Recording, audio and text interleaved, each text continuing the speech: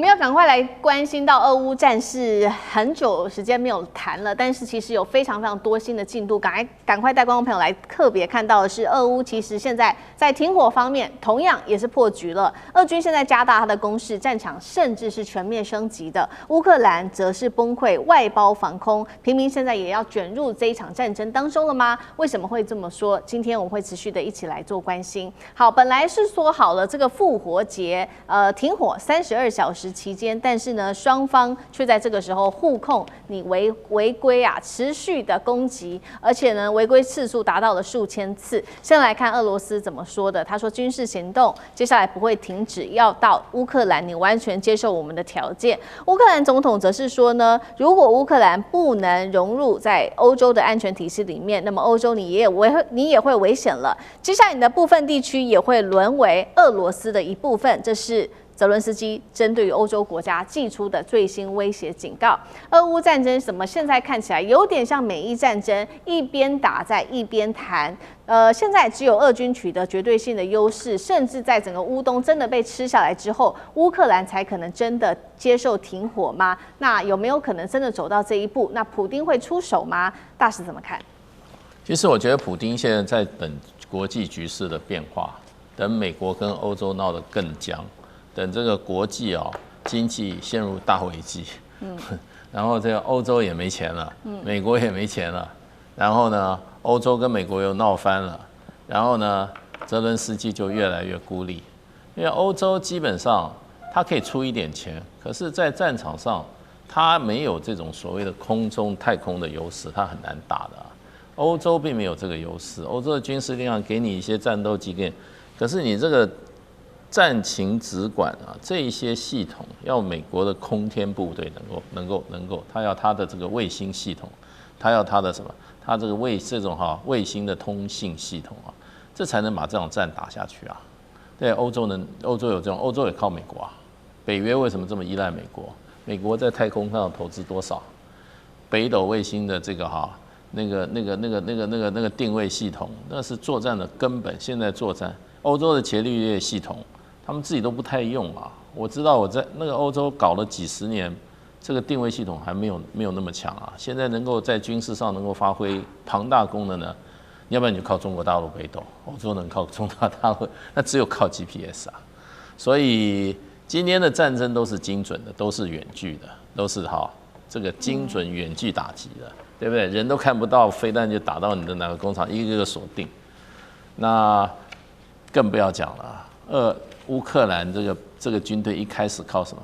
靠星鏈系統星鏈系統其實不是一個太複雜的系統，它只是有低軌衛星，它讓你的通信可以通。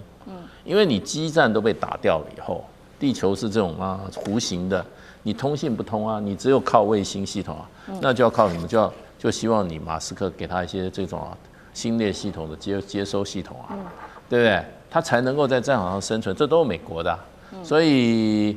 現在我覺得兩伊戰爭就是美伊戰爭，從俄羅斯的觀點，就跟歐洲人跟美國人看俄烏戰爭的觀點完全一樣。我就希望這場戰爭消耗美國，消耗歐洲，消耗美國跟歐洲的這種傳統的盟邦關係，消耗。美國跟歐洲怎麼看俄烏戰爭呢？其實講的都沒有用，他就是要看你去消耗俄羅斯，他就是要這個靠誰去消耗？靠澤倫斯基去消耗俄羅斯，就是如此而已。那消耗就是目的，誰都達不到勝利。消耗就是目的。我認為就變成就是說，這場戰爭現在這個可以說西方自亂陣腳。那普丁急什麼？普丁在旁邊。雖然不是吃瓜群眾啊，不過他二郎腿應該翹得蠻高的。好，這一場俄烏戰爭跟這個美伊戰事看起來很像哦，都是一場比較長期的一個消耗戰。那其實呢，我們也看到在第一線戰場，現在其實他們使用的武器也開始做了很大的轉變。過去的這些大型武器啊，幾乎已經不再這麼的重用，現在是全面轉向的，就是無人機的消耗跟這種全天次的干擾，被形容是為100萬架次級別的一個戰場的消耗戰。那另外一方面，烏克蘭他現在說他的攻擊無人機機的數量已經超越俄羅斯大約30%了。他認為這是他的優勢。他現在可以說是掌握戰場嗎？等一下我們也會持續的請幹哥幫我們做關心。比較特別的是，我們也要來看到是現在有一個爭議點，就是烏克蘭現在呢開始說允許民間企業參與防空，甚至他們可以自行採購武器，建立防禦的系統來協助擊落俄羅斯的無人機，等於把國防體系給都半民營化了。意思就是說，那俄羅斯也可以去攻擊這一些企業嗎？這一些所謂本來只是做企業的，但現在變成了戰鬥單位，他們可以變成一個新的攻擊目標嗎？那平民不就一起給捲入在這場戰事裡面了嗎？城市工廠難道都變成戰場了嗎？那幹哥怎麼看？好，俄烏戰爭現在的樣貌已經快要讓現代的軍事專家認不得了。為什麼？你在戰場上，你再也看不到真正的，就是說主戰坦克跟裝甲車在路上跑，沒有這些東西了。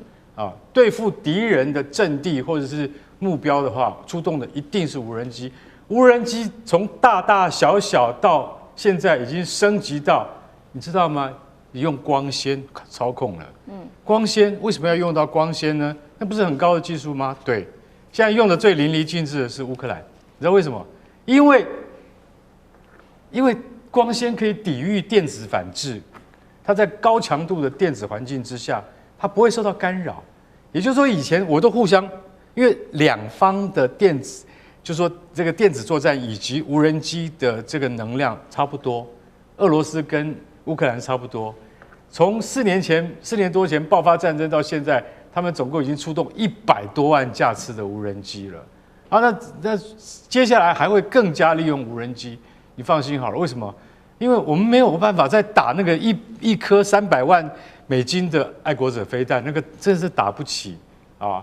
因為一架無人機最多5萬美金而已，你要用300萬去對付5萬嗎？所以現在大家都改，俄羅斯甚至自己都改了，他把那個我們講過太多遍 S300跟 S400那個全球最精密的防空系統，相當於跟美國愛國者一樣的系統，那也是一枚不知道多少錢的飛彈。他說現在都改，不用，這個打那個天上的這個無人機太貴了，我們把它改成地對地飛彈。這種飛彈是要對付什麼？對付紅軍城，對付那個就是東烏克蘭的那種地對地的飛彈，而不是專門打天上的，因為那個這根本划不來了。所以戰術思想整個都在變，全世界的專家都在看，我們台灣一定要好好看一下。你去想一想，已經用到了光纖無人機了，我們的無人機才剛刚開始起步，跟對岸怎麼去比，完全比不上。所以這個戰爭還要再打下去嗎？而且烏克蘭已經弄到什麼地步？他現在已經最新的是說，讓那個大型能源公司來，你們來包什麼？包什麼工程？不是包國家的工程，是包無人機的工程。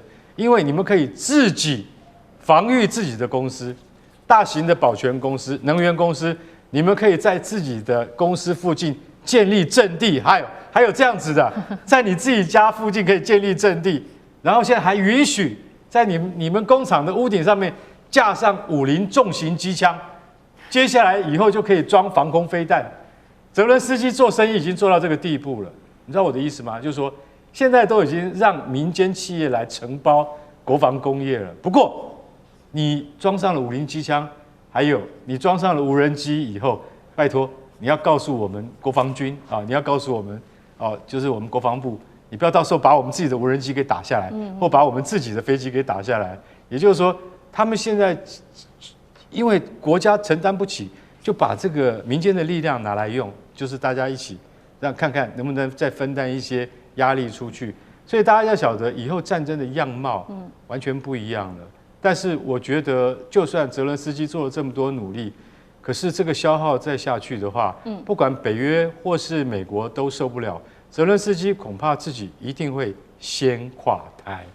好，所以剛剛幹哥也特別提到，這個國防的工業直接外包給一般的企業，那会不會也讓這些企業變成接下來這個俄羅斯攻打的可以合理解釋的一個攻打的目標？上志哥又怎麼看？2026年其實烏克蘭有提出他們的預算需要1350億的歐元，但是到2月11號，在整個歐洲議會才初通過，只給900 900億哦，其中600億就是拿來做軍事，300億是烏克蘭自己的這個運作。美國給多少呢？美國現在只國會通過給他們1年4億美元而已，其他的現在都沒有看到。澤倫斯基其實2025年東跑西跑到處要錢，其實都美國沒有承諾，川普沒有給。好，現在有900億，只用600億來買軍事。首先第一件事情就是說，先前美國包括愛國者飛彈也都不給了，防空對烏克蘭太重要了，所以他必須要採購愛國者美國之外的新的防空系統，這第一個，所以他開始在找看有沒有別的嘍。第二個部分，好，歐洲那麼多國家要給他900億，這600億的這個軍事預算當中，你說過去錢都給烏克蘭，烏克蘭是研發，但是他現在看苗頭不太對，因為主要是法國、德國、英國這些給錢的時候，他乾脆把這個錢直接給這些民間的軍事公司嘛，所以這種東西，因為600億不是都給你啊，你要提計劃，你要做什麼東西，你才能夠拿得到這些歐洲議會的錢。所以他很聰明，我覺得真的是很賊的。所以我現在防空外包給你們這些公司，他要做的是不是就是跟歐洲的企業，尤其是這些工業製造業緊密合作？他就是沒辦法，他就往下伸。那麼第三點，主要也就是說，最近我們看到，其實，在歐洲一些防空的這些服務公司 ，Karmin Sky， 它這個85%的防禦力，甚至還有保全公司也很厲害，在打無人機，看起來好像真的可以用哦。